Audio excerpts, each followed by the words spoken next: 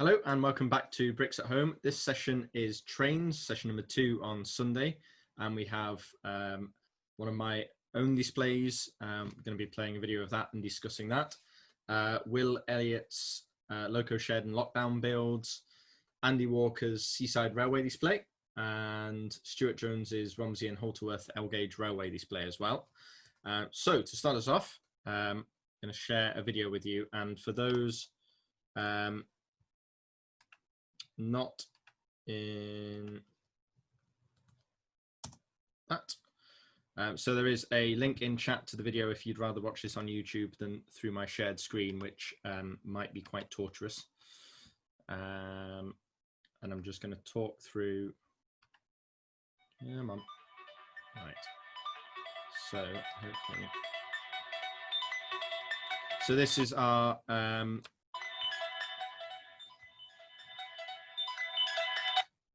that's better. Sorry, I'll get rid of the annoying music. So this is our Ambridge and Paxley LEGO Railway, and it's an end-to-end railway. So there's a station at one end, which is Ambridge, the station at the other end, and a single line between them. So rather than what we'd usually do for a LEGO Railway display at a show is have a couple of loops of track and just run the trains continuously. This gave for a little bit more interesting operation during the weekend, so shunting backwards and forwards and working out which sidings and which platforms had space for which locos. So the section in the middle that you can see just about now on my screen is Ambridge Cricket Club. We decided that would be quite a nice backdrop for some proper railways. There you go, Chris will be happy now. There's a Gronk on the screen. So we had a mix. So the landscaping here, like most LNUR displays, it's a collaboration, and the landscape here was mine. The locos were provided by Will Elliott, Isaac Smith, who's also known as Smith Movies on YouTube, and Pete Neumann as well. That was a tiny overview of that, and I'm just going to play one more once I've muted it. And here is another bonus display.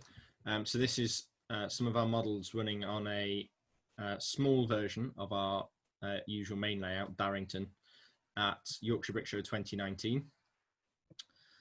So this features a station, and the layout's now changed. This was just done as a flat display with members of the public being able to see one side of it. This layout is now a 360-degree sort of donut-shaped display with 4 loops of track. So we have a fast up and down and a slow up and down track, and it's situated around a station we've called Darrington, which you can't quite see in this shot, and hopefully the video is going to pan in a little bit towards that.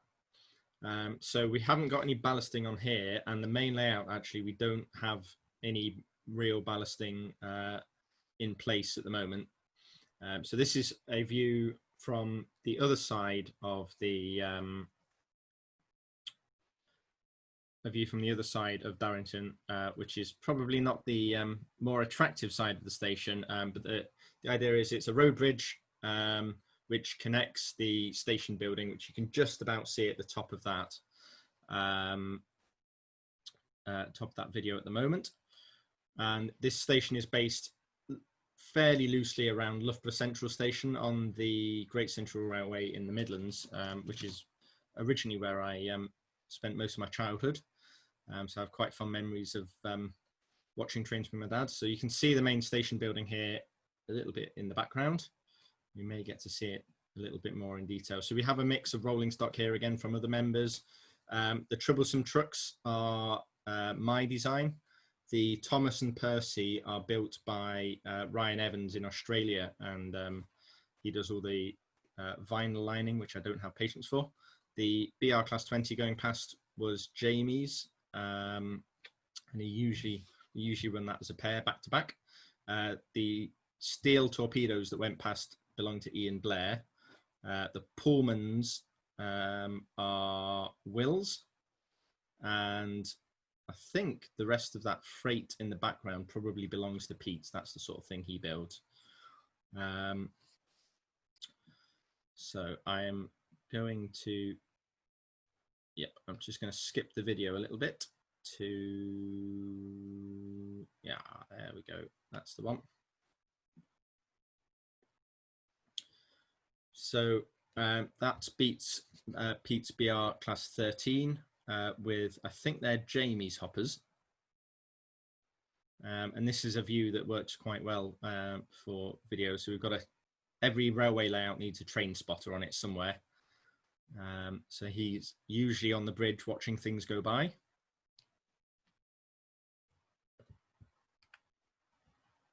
Let's have a look at the chat because I can see that's started flashing up. So I'm just, I think the videos are pretty much all the same after that. So let's have a look. Love the bridge. I keep spotting aliens. So yes, the aliens are something I particularly like Toy Story, and the aliens are something we do as a bit of a trail on our display. So the kids have to go and find, it's usually 10 Toy Story aliens hidden around the display. So we usually have one hidden in the water tower, and there's one hiding behind a station sign, and there's one hiding in a pile of coal. And they get all over the place. The other thing we tend to do is put, there's usually a TARDIS and some sci-fi characters. The kids seem to like superheroes. They tend to get put on the platform. We usually have, it's traditional from the LNUR display to have dinosaurs. So there's usually a T-Rex eating a cow in a field or something, which a lot of the kids are a bit too sensible and tell us, well, why would a dinosaur be eating a cow when there's trains? It's the wrong time. It's because we like dinosaurs. Keep spotting aliens. Kaz remembers Will drifting some carriages around that layout and bashing into the bridge. Yeah, that bridge gets abused quite a lot. We crash into it fairly often. Kaz also has a driver's side view video from that show, and she's going to look that out, so perhaps we could stick that up if we have time. Do we still get T-Rexes in the north? Oh yes, definitely. It's a little bit cold for them, but yeah, they seem to survive up here, Alec. They're quite well hidden though. Yep, so that was a bit of a layout, an overview of some of our layouts. So if anybody has any questions for me, I'm happy to try and answer them. I do not necessarily know. Yes, there were dinosaurs in the north because there are no asteroids in the north. That's right, Stuart. Definitely.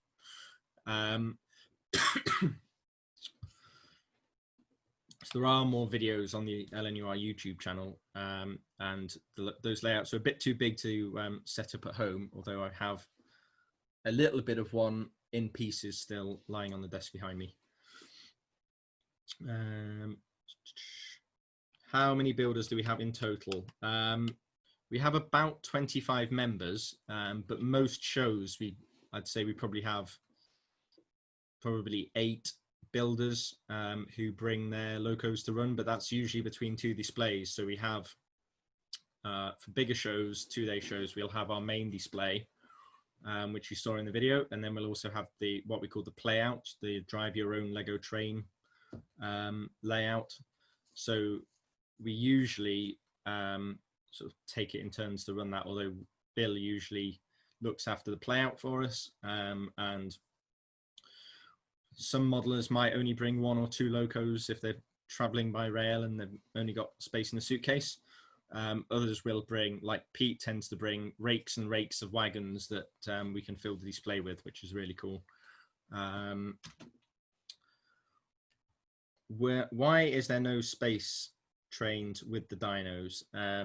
No, we don't want to dirty our displays with space. No spaceships. That's too silly. Yes, Bill has asked for a shout out to Darren, who also helps to run the playout. Yeah, quite right. Okay, I think the questions are about there. So we will move over to Bill. So I'm going to spotlight Bill, and he's going to run us through some main displays. Oh, Stuart just asked, any plans to ballast? We do have plans to ballast, and we have quite a lot of lug bulk parts set aside for that. We just haven't had the inclination or the time to do it yet. Chris asks, why don't you have any underground stock or a subway system? Because of course he does. That's because we're too sensible for that. We have a proper railway. He's making very rude gestures at me. Right, Bill, we'll pass over to you. 2 seconds, put my video back on. Right, welcome. This is basically my lockdown builds. Everything here has been built, finished, rebuilt, or decorated since lockdown. So I'll just start the front and work my way through. Yep. Starting off, we have a generic pug inspired by the Lancashire and Yorkshire pugs. This one is non-powered in red. It features sort of working rods. I didn't fancy doing the cylinder rods, so just have to pretend on that one. Custom wheels, and is otherwise all just standard Lego parts. We have my Southern Railway brake van, which has been a fixture of my build for quite a while, but has now finally got the accurate colour on the sides. For the longest time was grey, which pleased Pete no end because he thought it was a permanent way van, but now it's got the right colours. Then we have the 9-volt black version of the first locomotive. This one has fake rods because obviously you can't fit rods on the 9-volt motor, but which looks great when it's stationary. I'm still not sure how I feel about it when it's moving and they're just sort of there. Then we have the first of 4 heavily modified Emerald Night coaches. These are heavily redesigned to run on the playout. Longer, they have the clear story roof, slightly more spacing between the windows, largely redesigned bogies, and the one behind, which you can just about see, has 9-volt motors instead of the standard bogies. Plus we have the brake version. All of them have the opening doors retained, although no interior, which is both a cost thing and a weight thing. When we're running on standard 9-volt controllers, these poor old motors do struggle. Then we have my most recent build, another pug, this time inspired by the Caledonian locomotive. Everybody will recognize this as a slightly squashed Smoky Joe. Again, this one is unpowered, has the capability of being 9-volt powered, although I haven't built one in 9-volt. We have my standard BR brake van, brand new build, designed for years, never got around to building it until the lockdown. We have benefits then. Yes. And then we have the locomotive everybody is so bored of me talking about, my A3 Humorist, specifically designed to replicate exactly one locomotive in the class at a reasonably specific period in its history. This was the first A3 to get a double chimney and the only one to get a double chimney in LNUR days before the formation of British Railways. It later went on to be the first one to get smoke deflectors as well, but I could not face that hassle, so I didn't do that version. In the lockdown, the main change is all the lining, which absolutely changes how it looks. I have to say it's probably the most happy I've ever been of a build, and I didn't even build anything for it. It was already built, I just needed to do the lining. Then we have a very minor upgrade. When I was building the first 2 pugs, it seemed sensible to give the 9-volt pocket rocket a set of fake rods as well. Then we have the water tower, which now you could argue this isn't a lockdown build, but as the parts didn't arrive until lockdown, I'm taking it. This sort of rotates. It originally had a turntable, but it was so bloody wobbly, I decided to replace it with a 2x2 jumper plate instead. Slight rotational ability on the hose, which is very useful for getting over the larger locos. Some buffer beams, mostly designed for Carter, but I thought I'd build myself a couple too. And then we have the shed. This thing is older than my A3, and my A3's been around a while now. Started building it about 5 years ago before I'd ever joined any lugs or the LNUR or anything else. Got exactly one module done, which is this to there. They're based on Mills base plates, and then just had no appetite to build any more. Slowly but surely, collecting as much random tan bricks as I could find, because this thing is hefty with tan bricks. And then finally in the lockdown, thought I'd bite the bullet. So we have an interior as well. It's not easy to see. The supports are removable to make it easier. It's almost flat pack when I'm taking apart for shows. But yeah, so it's got, each roof is half a baseboard. So there is 2 end roof pieces and 2 middle roof pieces. The other 2 being elsewhere in my room whilst I do this display. It's got non-functioning lamps inside, a small amount of tools, although I hope to add to that. Opening doors, which are way too fragile, and I may need to revisit that design someday.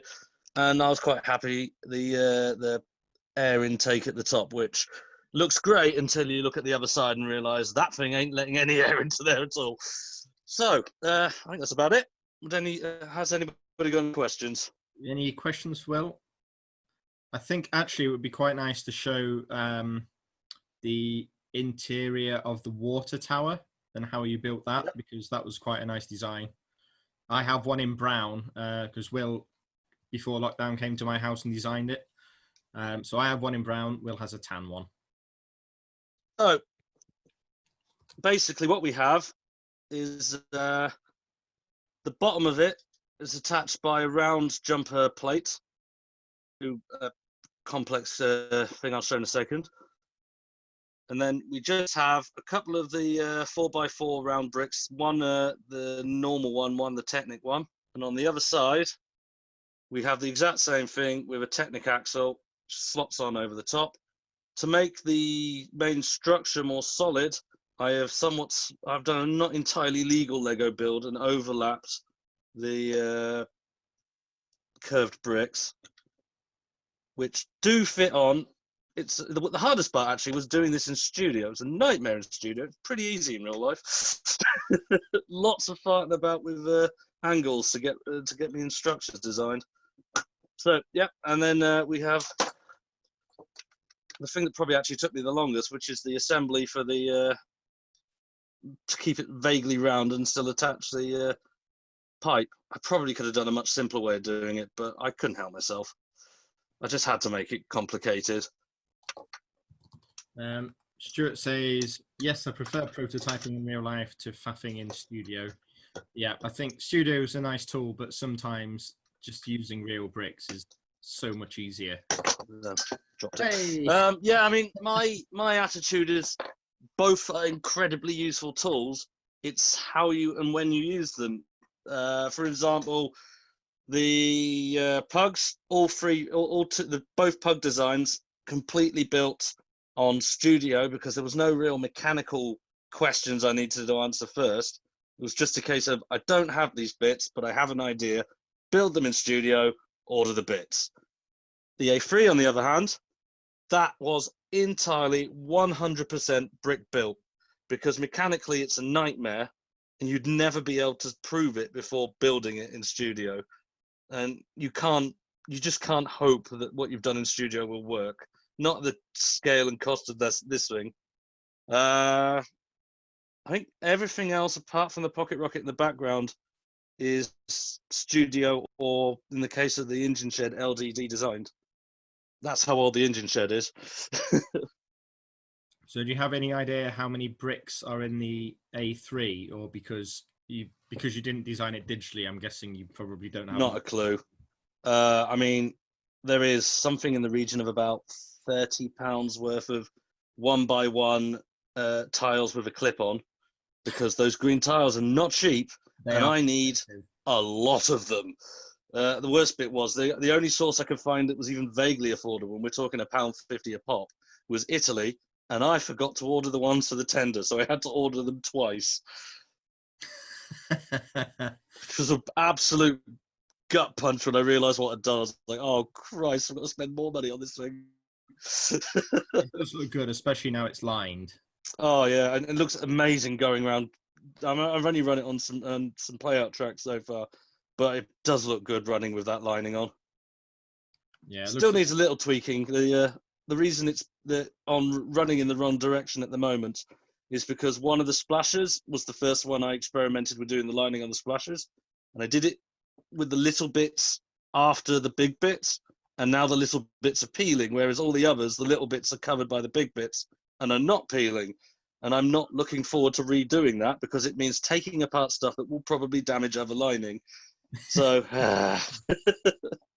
all fun. Any more questions for Will? If anyone has any, just put them in chat.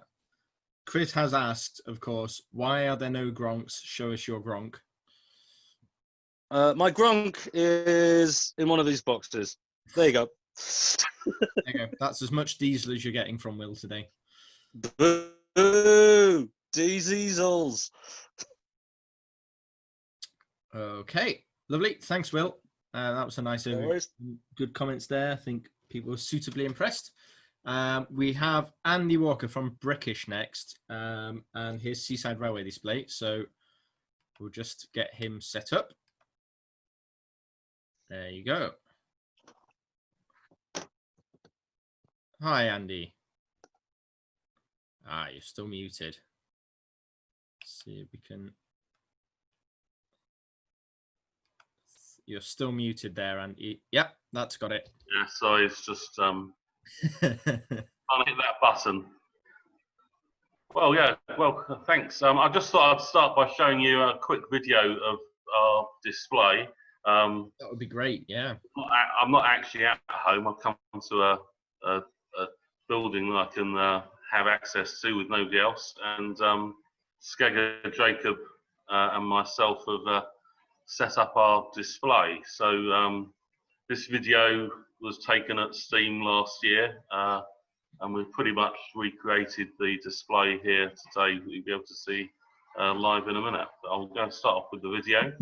Excellent. Thanks, Andy. Let's see if we can get the gizmos to work. There we go. So yeah, as we showed this at Great Western Brick Show in Swindon last year, and running one of our trains around the layouts.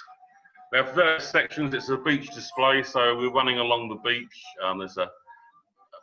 So we've got some famous things like the Lego that comes run up from in Devon every year. We've got an archaeological dig happening. Got quite a lot of ships and boats. We've got minions all over the place and having a great big huge disco. Another shot running behind another one of our trains. We've got Darth Vader in there and people. Oh, there's Iron Man just popped up out of his shed. I like all the beach houses. Yeah. There are lots of different coloured beach houses. Batman, old Santa's even got his own beach house. Look, we got a. The pier is will feature later, but yeah, the pier is. We've got one of our trains running onto the pier. The pier was built by my son Jacob and Skegga. I came home from a weekend away and they built this wonderful pier, which was really good. So yeah, it's got an underground, ex-underground train running on it. I think I'll please one of our fans for underground. Chris is a very happy man at the moment. Yeah, got some wind turbines going round, and yeah, we have lots of shops. Our main display is based on these shops, which are some Victorian. We've had them for a while, but they keep on changing. They've moved to having shops in them now, so they've all got shop fronts. We've got loads of cars running around it. Iron Man's turned up in Denny's Donuts. Famous clip from a film. Also got some monorail in there. Oh, the Trains coming back off the pier.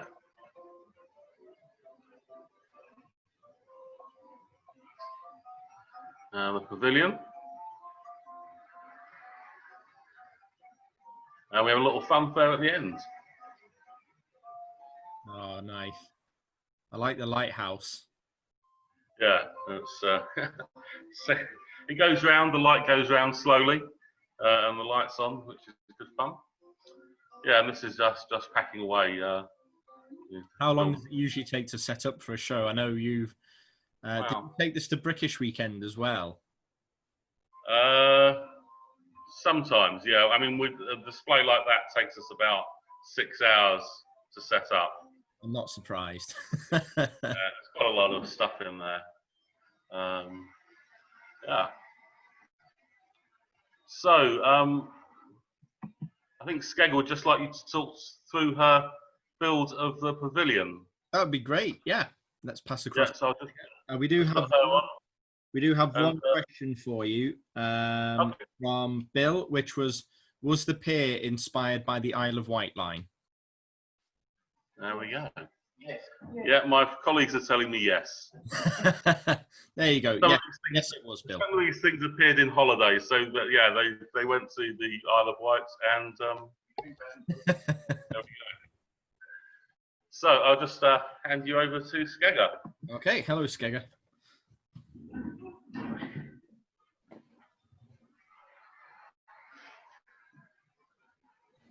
Hello there. Hello. Not done this before. Low tech. Right. Sorry? Oh. Really don't know what I'm doing, sorry. That's all right. I don't think any of you do, really. Let's have a tradition of sending our trains through various and unusual buildings. For example, we used Canary Wharf and Tower Bridge in our London display, Eiffel Tower and the Arch of Triumph in our French display. Now at the Seaside, we decided to turn the Brighton Pavilion into a monorail station. Because it's Lego and we can. What an excellent idea. I love the onion dome tops on those as well. Are they from a particular set, Skegga? Yes, they are. The model's inspired by the old 2003 Adventurers set, the Scorpion Palace, which I managed to buy second-hand last year. And I bought some extra parts to make it bigger and fun. And at the same time, I managed to buy the turntable bases and the teeth plates from the Lego shop. These bricks are very useful for adding extra detail and carving. And how long did it take you to build, Skegga? Not long, actually, about 3 days. Oh, it's not too bad. I suppose once you've got half of it, it's built to put the monorail through, so that's the real test of the model. It's not very structurally sound, it's just built for purpose. Lovely. And so does the monorail track, the station ends in there, so it's not a through station? Terminus, yes. Yeah. Excellent. Jacob likes it that the elephant's trunk comes out the end of the building and reverses. He thinks it's very funny. But that was designed to fit in with the Indian theme and make it sort of seasidey and comical. It works really well. It's quite recognisable as well. Yep. It's a really nice design. Thank you. Yeah, we love the monorail because it's just mesmerising to watch all the ramps and the change of height and the reversing at the end. It is, and I think it's something of envy for AFOLs as well. Many of them missed out on the monorail, and it's nice to be able to see them running, especially where you've got more space at exhibitions and you can have them running greater lengths. They're quite adaptable. You can sort of fit them around whatever building you got, so it's going around the carousel and around the city buildings.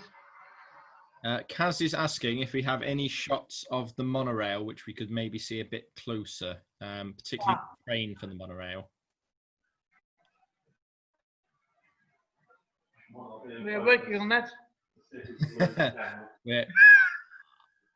Our cameraman is working on that. Yep. Thanks, Andy. So it's just about to come past, I think. I do like the elephant. Well, Excellent. the whole idea is to make it a bit funny, so sort of. Yeah, it's nice to be light-hearted, isn't it? Sort of, and turn it into a station. It's a bit rebellious and So geeky. do you have a theme? So this year's build was a seaside themed one. Have you picked a theme for next year? We're in lockdown. I don't think we really discussed it yet because we're a bit disorganised. Not sure what we're doing. I always look forward to your. Late COVID. It's been really nice finding out about this one as well, and hopefully we can see it at a show later this year as well. Does anybody in the audience have any questions to? If you do, put them in the chat and we'll pick them up. Frankie asks, did the Johnny Thunderline inspire the White Palace? I think the palace is the Brighton Pavilion, Frankie. So it's based on a real building, but some of those parts. Big party venue built by Prince Regent George. It's beautiful. You get to visit it. Very pretty. Yeah, it's a really nice model, but it does look like it could be in the Adventurers line as well. Yes, it was. Scorpion Palace, 2003. Any more questions from the audience there?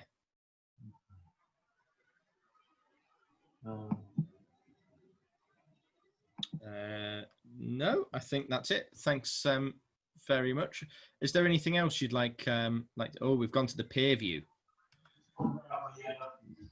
Yeah. Are we back to? Hello. We're on Jacob. Hello.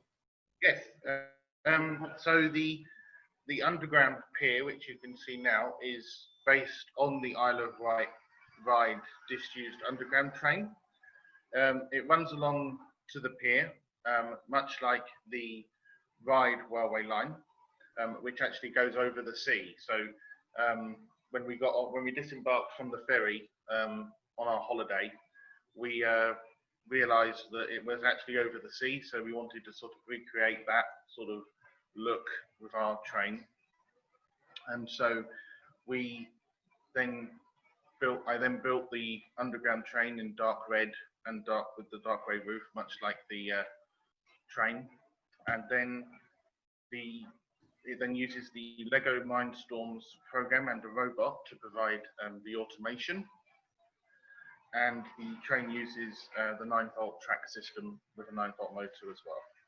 So and also what was interesting about this underground train that really surprised me was that it has the yellow front to warn of people who stand on the track, which you'll find that most modern UK trains have. So that was quite interesting to find out. Yeah, it's an interesting prototype. I love the fact it's on a pier and it's timed to go backwards and forwards as well. How long is the pier? It looks pretty sizable. So it's 3.5 base plates long. Okay. And the pier itself. And we used quite a lot of gold fence that we had at the time.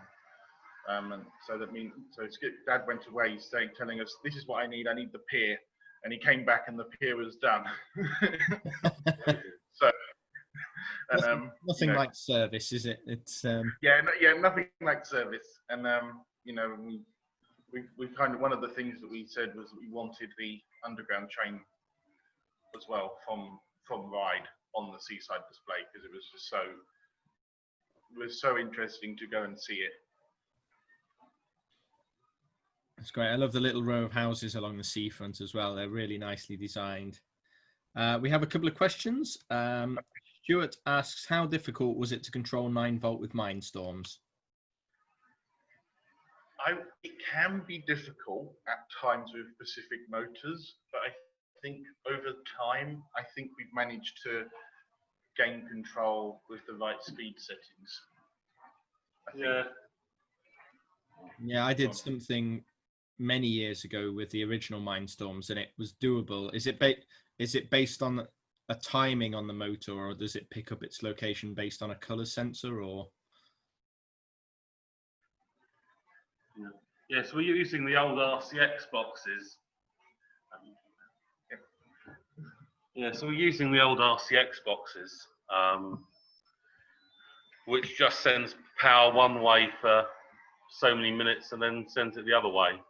And then we use a little diode between the joints of the track to stop it at the end. So it's quite similar to model railways where they have a simple shuttle circuit. It is a nice setup. Do you find that quite reliable for shows, or does it tend to fail now and again? No, it's pretty reliable. It'll run all day. Yeah, just going backwards and forwards. It's the beauty of the 9-volt system, I think. Yeah, very much so. Is definitely. Yeah, I'm working with the latest sort of the latest system to see if I can get colour sensors to start and stop the train. But I think it's a piece in a bit of a market. Oh, we've so just moved High Street. Just move the camera to the middle section to show the sort of main row of shops. I love the donut. Yeah. Yeah, I saw the donut shop and I thought, oh, shall I buy the whole shop or shall I just get the donut pieces off Bricklink? So, yeah, I spent the money and got the donut pieces off Bricklink. But yeah, it was, it's you can't quite see the names, but it's named Denny's Donuts. So excellent. From the film. From Iron Man 2, as I've just been whispered, I've forgotten which film it was from. One of the Iron Men film, yeah. Lovely. Oh. We can see something going around the back there. Brilliant. So, do you know roughly how many bricks are in the display, or if you? I know you do a new display every year or so. That's right. Yeah. No, we never try and count bricks. It's impossible. I'm not surprised. It's a large number. Yes. You know, it's you know, there's. You know, if you think of one of these house buildings, there's probably over 100 roof bricks. You know. Yes. 200 individual profile bricks, and then you have all the internals, the windows. There's just you get up to a couple of hundred, 400 quite easily. Building. Oh yeah, very easily. Great, thanks, Andy. Does anybody have any questions for Andy or Skegga or Jacob there?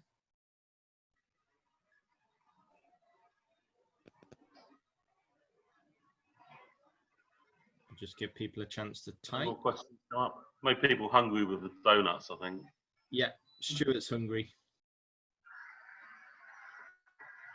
No, okay, I think, oh, there is a question, sorry. Often there is an alien invasion in your displays. Is there one in Brighton? Yeah, no, we haven't got any aliens. The only thing we've got is the, I don't think we've got any aliens on the disco this year. No. Oh, Darth Vader's turned up. Is he an alien, technically? Yes, he is. Yeah, Darth Vader's this. But somebody's let their dog poo on the beach, and Darth Vader's turned up to tell them off. I'm sure he's a very responsible dog owner. Yes, yeah. Great, lovely. Thanks, thanks to Andy and Skegga and Jacob there. That was great. It's such a nice display. We'll move on to our final exhibitor. So we'll just flip back over to Stuart, who has his lovely railway. I'm just trying to find him in the list. Ah, he's right there. So spotlight that one. Yes, so Stuart has a lovely railway display, and it's the Romsey and Halterworth L-Gauge Railway. He does have a Twitter account for it, and I think, do you also have a Flickr account for photos, Stuart? Yeah. If on Flickr, if you look for Owen the Signal. Owen the Signal. Owen the Signal, yeah. Excellent. Okay, so would you like to perhaps give an introduction about yourself and the layout and what inspired you to do it? Because it's probably a little bit different compared to your average LEGO Railway display. Yeah. And let me put that there. Oh, well, this might actually work. Good. Everybody hearing me okay? Yep, that's nice and clear. That apart from saying just briefly, let's see if that works. Yeah, okay. If I go over there, can you see me now? Yep, I can see you. Some of the viewers might not be able to, but I can. Okay, you don't want to look at me. You, what are people seeing? People seeing the Romsey sign now? Yes, I can see the Romsey sign quite small, and the signal box is larger. Okay, good. Let's kind of work. Right. Okay. So, right. Hello, everybody. Welcome to Romsey. You're looking at something. Hopefully, everybody is seeing the actual signal box there. They can kind of confirm on the chat, because I'll start with the fact that the signal box, what you're looking at there, is the way that the signal box actually looks to the exhibit, to the actual people visiting. Yeah. So the main thing that, just to let people know about Romsey, is it's pointing this way for a reason. Yeah. And that is, if people are kind of okay with it, I'll kind of just gauge that when I do displays, the box faces outwards. Yeah. And people can actually do their own working of the signal box. So it's deliberately designed to offer something which, you know, to be fair to everybody, you don't often see displays. And there's a bit of background noise. Is somebody, can you hear me okay? Yeah. Yeah, okay. Fine. Yeah, good, no worries. So I just wanted to say that just in setting out a bit of setting for Romsey, what it's about, it's a bit unusual because I offer people the chance to actually have a go themselves. Now, I'm kind of aware that different Lego models, you know, you kind of at a display and you don't want people watching, and that's fair enough. But I wanted to at least give some, you know, visitors to displays a bit of a chance to actually get hands-on, because, you know, I've always thought when people are going around model railway shows, and that's where I come from, a kind of model background with a history of Lego before that. I always thought, well, you're there for a day, and, you know, by the end of the day, the kids and the families, you actually haven't had a chance to do anything and so on. So I just wanted to see if I could work out something that would be a model railway, but Lego being robust enough to actually offer that chance to work, you know, actual levers in a proper signal box setting, and seeing it, you know, actually work in practice and understand what the signallers had to do day in, day out to keep people safe. But as well as that, it's a model railway. So I'll show you a bit of the model railway. Hopefully, are you seeing this on the display? I can sort of show you, or I'll switch the main camera. Yes. People see the camera you're moving is currently spotlighted for people, I think. Good. Brilliant. Okay, keep it on the spotlight. That's great. So I'll take you onto the platform. Okay, if you can hear me. Okay. Yep. So here we are. This is Romsey in the 1970s. Yeah. So you've got a mix of, you know, you've got a mix of blue and grey, you know, carriages lined up in the platform. You got the semaphore signals there. Oh, hang on. Sorry, Stuart. It looks like some of our viewers are seeing the other camera stationary. So perhaps could we just disable that one temporarily? I just switched it to the main. Let me stop sharing, and I'll switch the main video to the small camera. Okay, okay. Let me try to do that, and the start video. Okay, hopefully everybody's seeing that. Lovely, thank you. That now, yeah. Okay, great stuff. I might just switch occasionally and keep it simple like that. Right. So hopefully you can still hear me. So this is Romsey in the 1970s. Let me kind of just pan around a bit. Yeah, slightly large traditional logo, you know, or the kind of the totem sign on the platform. We've got a train ready to go there, sitting under the signals. Little trolley sitting in the sidings there. A work in progress model of Romsey station building itself. That's one of my lockdown projects. That's got a bit to do. So let's kind of wander up to the platform over the goods yard, and hopefully you can see, you get kind of a good view of the train. It's blue and grey and the old 1970s blue. and you need some passengers, so minifigs.me. I managed to get the ABBA set from minifigs.me, so I have a bit of a chuckle when I put that in the tray. I won't do that today, but that's what. So if I'm about to run the train along the layout, but I've set the road already. So in other words, all the signals are up, all the signals are ready for the thing. So I'll just give you a driver's eye view of what you're about to see when I run the train along the layout. Okay. So the train will set off. Hopefully you're getting this okay. Yeah. It will pass Romsey signal box. So that signal box is modelled exactly as the signal box was in the 70s. The box is now preserved. So if we just hop up the steps, you can see kind of up there, and then you get all of the actual levers, working levers. And I managed to squeeze in just about 10 levers, but that's enough to do most of what you need to do with a proper signal layout. Yeah. The other thing you see here, I don't know if people kind of know kind of signalling things, but those are block instruments. So that's the kind of the telltale that says, are you ready in the next signal box to receive a train? And the one on the left there says, yeah, the next signal box is ready to receive a train. So I'll work away along to the next signal box. We have a question for you while you're moving down there. It's from Bill, and it is, how did you achieve the small window panes on the thumper? Yeah. Let me just pause it there. Those are the roof hinge windows, right? Or roof hinges. Yeah, I think they are standard roof hinges. And I looked at it, and I love the lining I saw on the A4.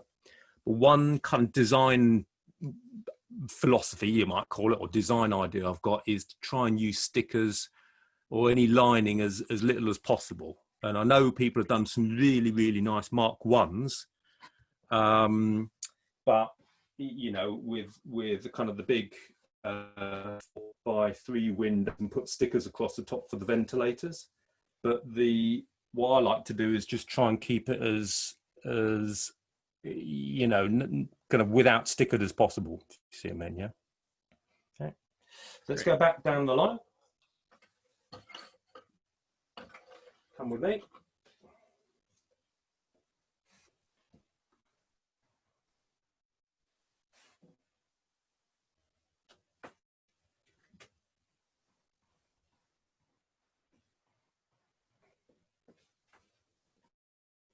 I do love that tunnel entrance.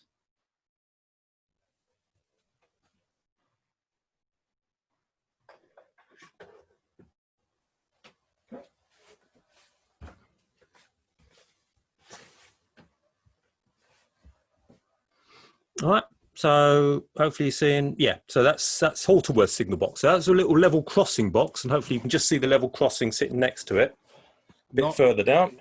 Not quite, actually, Stuart.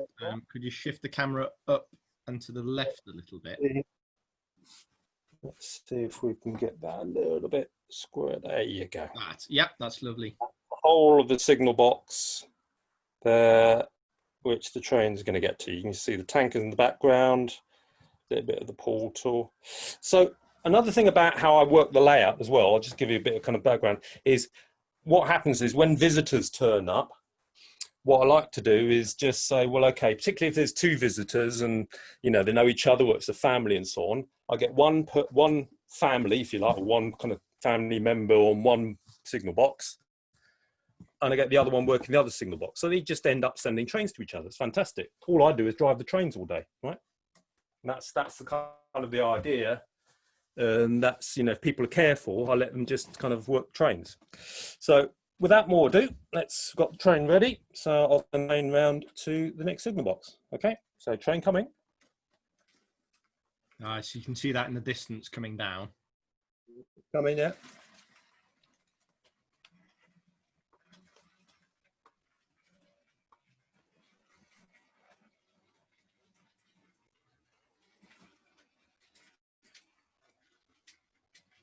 Going over the level crossing.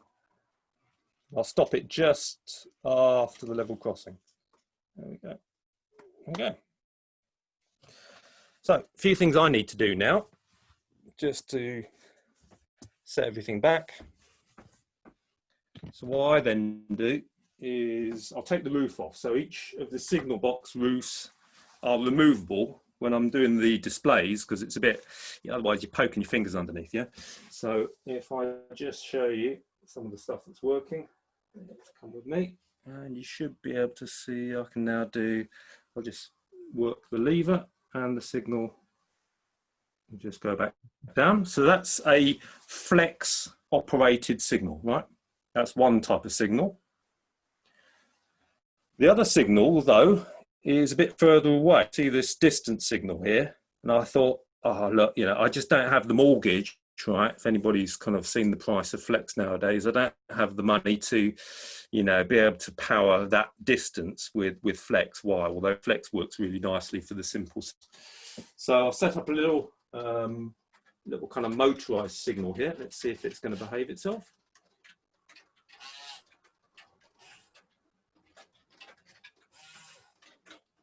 There we go. It's kind of like a home-built linear actuator, if you know what I mean. If you've seen those, yeah. So let's move that signal down. So let me kind of just take this back down to the other end of the layout. And I've also got to remember that I've now received the train at Halterworth, so I can move this little lever back. And if you listen, you might have just heard back in Romsey signal box, here, the little kind of indicator, well, that now shows, should be relatively horizontal now. Wow. And that's saying, yeah, so those indicators are saying, you know, whether you're ready to receive the train. So I'm going to bring the train back, bear with me, and I'll bring the train back and we'll do the same in reverse, right? Okay. So let's do it around here. So let's come back to Halterworth. So the train's going to come back. Just arrange the thing again. There you go. Nearly there. Okay. Right. So the way it works is, you know, if I've got two visitors there and one's doing that, I say you've got to bring a train back, and that train where it is at the minute, if anybody knows where Romsey is, you're bringing a train back from Chandler's Ford and Eastleigh, and the train's going to go via Romsey and all the way off to Salisbury, right? So my little script says, right, you in the Halterworth signal box here, you've got to ask Romsey whether they're ready to send a train to you, right? So this little indicator, if you keep watching the indicator on the right, I'm going to walk back to Romsey signal box, and I'm just going to let, so I'm going to be the Romsey signalman, and I'm going to let Halterworth know ready to receive a train. So keep watching the indicator. Good, and that should have moved the little indicator. There you go. Right, so the next thing to do is Romsey will start changing some of the signals. I'll just set up the signals there. So you should see that. Let's get that.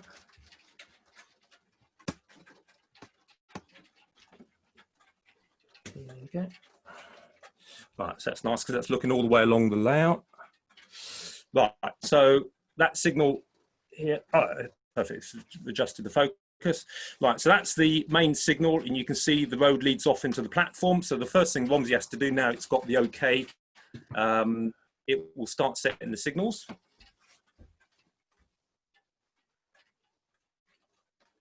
Okay. So that should have gone through to amber, and it's amber because the next signal all the way at the end of the platform in the distance is at danger. So it's kind of a warning signal that you can only go so far. So go back to Romsey and I'll change the next signal, which by the way is pneumatic, to the question.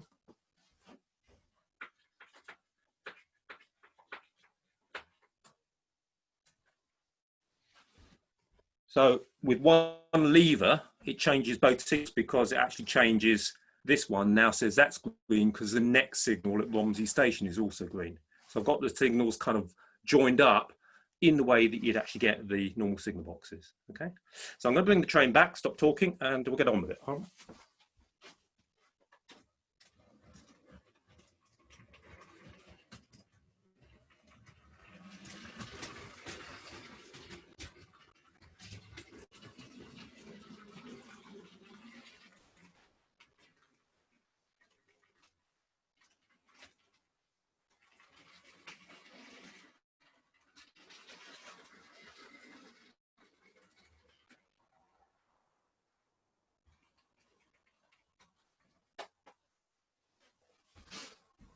Okay, so there we go.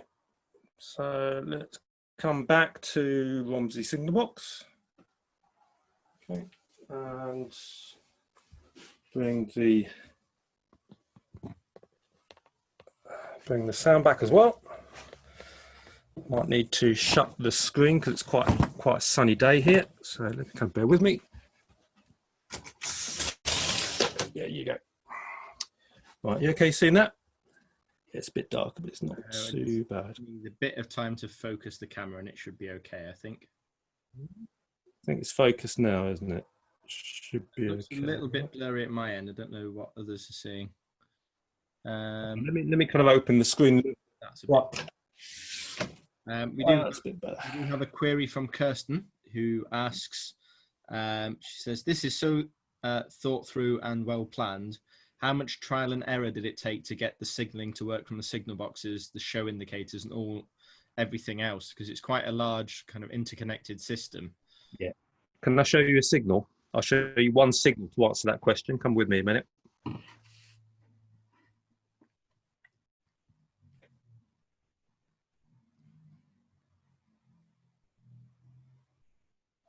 See, you seeing that one? Oh, that's nice shit. That'll do. That's the signal box and the signal, right? I'll answer that question by saying that signal I built in 2004. So this is like this is like getting on for a 20-year project. And what I was doing is I was tinkering away, and I thought, because I actually work at Romsey Signal. I volunteer at Romsey Signal Box. Yeah. This is my layout, but kind of I've used Romsey and what Romsey, the preserved signal box that Romsey does, as inspiration for some of the ideas. I was looking at the classic Southern signals, and I thought, hey, that lattice post looks all right.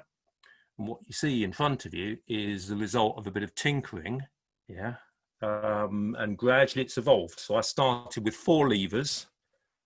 I'll come back round. Now to the signal box, 4 levers, right? That's now 8 levers, all tightly packed in. So I can't really kind of show you more than that because I don't dare move it. But there's lots of other things. So I've added in the last 5 years, no, for the last 4 years really, I've added these block instruments, which are actually the real way that the Southern used to have these little indicators there, yeah? So the same thing is if I wanted to send a train round to Southampton, I don't know if you can see, it's a bit, right?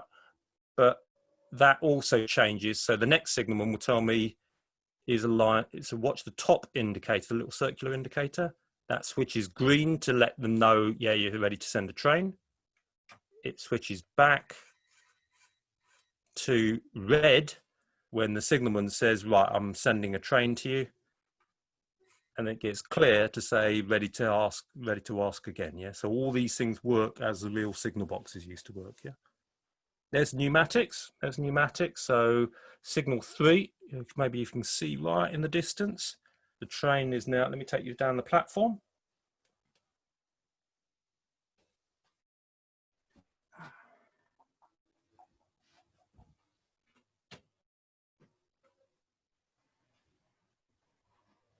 Oh, yes. Yep, we can see that. That's it. Right, okay. So again, the same thing is, look, you know, this layout's 14.5 feet long by 5 feet wide. Yeah. So this signal sitting at the end of the platform is about 7 feet away from the lever frame. So there's absolutely no way I was going to work that with flex. Otherwise, yeah, I'd be having a mortgage for a different reason. Just so expensive. So if I just pump up the things a little bit and I just put the signal back. Yeah. That's all done with pneumatics. Wow, it's so clever. Run down the middle of the kind of platform roads, which I was interested in your ballasting comment earlier. I've just started to get ahead with the ballasting now. So you get a kind of a proper, you know, country station feel, looking down the middle of the roads there with the station still to come, right? It really is excellent. So we have a challenge for you, I think, from Bill, who says you need to come up with some treadle-like devices to automatically switch the lights back to red once the train has passed. That sounds like a nice headache.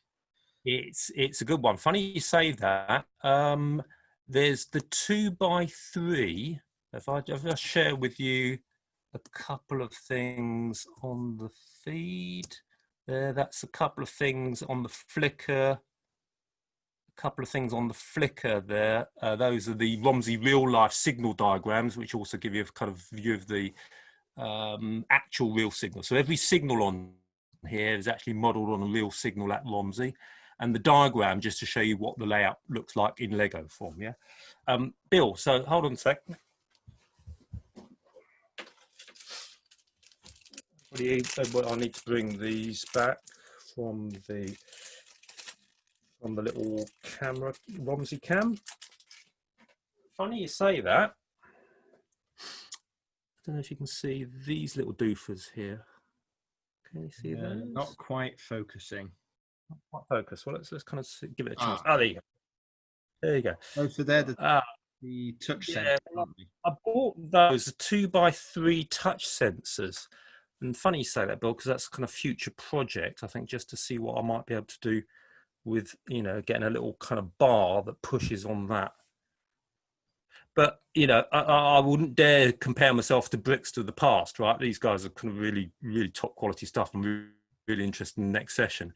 But for me, you know, what I like and what I enjoy is trying to get the engineering challenge of going how you represent what worked in real life and how you do that in Lego. So my aim is to get it working and seeing as much as possible to the real thing, but also giving the viewer, giving the people themselves a chance to actually work the levers at shows. Yeah. Are the levers all interlocked like they would be in a in a kind of proper signal box, or they can be. I haven't dared do that for a show, but I did do a little 4-lever mock-up of interlocking. It's on brick shelf. This is how far back this stuff goes. No, brick shelf. I haven't looked at brick shelf for quite a while. I know, I could share that on. So when I display this, that's why I'm so interested in the Mindstorms, because this control panel, I don't put the drive. I'm usually sitting right down the end there, away from the signal box. So I'm the driver. I let the visitors be the signalman, and I let them leave them to it. Not quite, but I tell them what to do. So I take the train panel, control panel away from that, and I take that away and put it elsewhere. Yeah. There you go. Any further questions? Happy to. Thanks, Stuart. By the way, one extra thing on the thumper. People asked about the thumper. You seeing the thumper now? Yes. Should be clear enough. Oh, good. Okay, yeah, there you go. Right. So lift the lid off.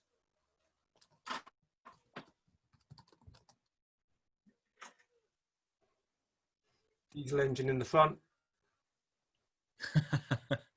That's a nice detail. So it's good. The Marge Simpson's skirt there is absolutely the right colour for British Rail orange curtains. All right.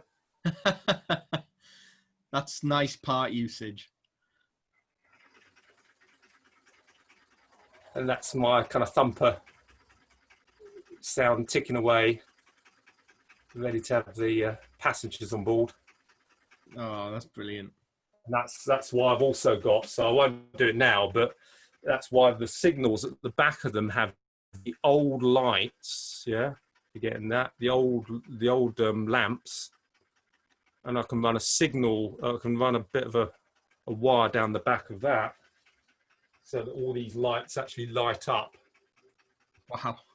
And then you get the oil lamps properly looking like. So I'm looking forward to the autumn, because then I can get a kind of evening running session when the lights are drawing in. For that. And there you go. That's, I think, you know, anything else, let me know. That's been a great overview. Does anybody have any questions? If so, put them in the chat. I think that was quite a comprehensive overview. It's totally mind-boggling, and I think a couple of comments have echoed that sort of sentiment. Let's have a look. Very clever engineering, a testament to patience as well as clever engineering. Mind blown, says Kaz.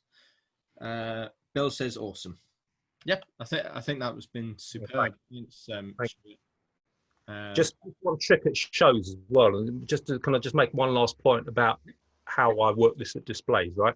It's quite busy, of course, because I'm being train driver and looking after the signal, kind of operators. So what I tend to do is put out a little sign up that says trains run every 20 minutes.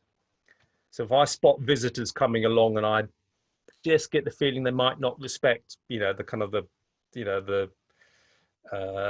layout and the thing, I could just come back in a bit. Equally, if I see people, like a family with 2 children, and you get the impression quickly if they're really kind of going to get the benefit from it. I go, well, actually, maybe if you just want to come back in a few minutes when the crowd's died down, I can let them. And particularly if there's like 2 children, one can go on one signal box, right, Romsey, and the other one can go around at Halterworth, and they're happy as Larry. They just send trains back to each other, working their indicators, and I'm just the train driver for the day. It's brilliant. I love it. That is brilliant. We do have a question from Frankie, who asks, you said you built the first signal in 2004, but when did you start building Lego generally? When did you get into the hobby? Into the hobby? I won't say how far back it goes, because what I could do is if anybody pulls out the 1992 catalogue, right, there was a brick show at Bournemouth in 1992, and that was my re-emergence from the Dark Ages, and I kind of went away from the brick show going, it's something I always wanted, and bless them, Lego almost exactly at the right time, about 5 years later, brought out the Metro liner again. Yes. So somewhere sitting in the corner is unfortunately a bit of a disassembled Metro liner for the minute. I need to rebuild it. But that was my first way back into Lego trains. And there's a few things kind of gone on since then. Yeah. Just to say for Chris, there's the tankers. He does. And and there's a few other bits. So it's mainly about running the train, just kind of work the train, but there's also a few light. So next thing to do on this is build up a little bit more of the goods yard and the goods wagons. So I need a loco to work this stuff as well. So that's a little Wickham trolley. It's coming along. Oh, very nice. Pete would love that. And a bit of a hint at liveries to come, you might call it. Yeah, if anybody knows Jaffa Cakes, what that means. Oh yes. Oh, I like the wagons as well. Excellent. There's Bob doing his best to make it all network southeast. We have a question from Kaz, which is, how long does it take you to set up at a show? And is it quite a reliable thing to run at shows? Do you have many failures? Oh, look, that is such a great question. If anybody knows the term engineering prototype, right, I would say this is still at the stage of an engineering prototype. I've actually done Steam twice. I've done Avon Valley, but if I just very briefly, because I'm conscious of time as well, if I show you the layout from there, that's about the extent of the layout that I've taken to shows. Yeah, so you've got one big board here and one end board there. Yeah. Now, it's actually a complete loop if you have a look at the kind of things I've shared on Flickr, because I haven't done the complete loop for the minute, but I've just put the books back for the while and it loops around and then but all this bit I built during lockdown, and I'm thinking that's fantastic, right? So it allows me to run a whole loop, and I've got the station. And Kaz, honestly, I can tell you, I have no idea what it would take for me now to package it all up. But what I've got to do is I've got to build some proper model railway baseboards. I've got to chunk them up and then get a proper modular, robust thing, not an engineering prototype, which would take me about 3 hours to set up at a show. That's yes, that's a good aim, I think. Yeah. It's Oddly enough, one of the most reliable things, which I still find amazing, is that the wheel worked level crossing in the distance there. It's worked with flex, and actually you could work the wheel and the gate, all 4 gates open. Amazingly, at Reading Brick Show, that worked every single time without fail. The gates opened, the gates closed. Yeah, I think because the bits you expect to go screwy absolutely are your best friends, and sometimes the bits you think, well, there's nothing to go wrong there, just cause you such a headache. But it's good fun anyway. Yeah. That is the world of Lego Railways, isn't it? That sounds very familiar. Great, thank you very much, Stuart. I think that's it for questions. So I think that's a good place to close the session. So thanks to all of our contributors, and we'll be back with another session at 1:30 after lunchtime, which is Dan from Brick to the Past.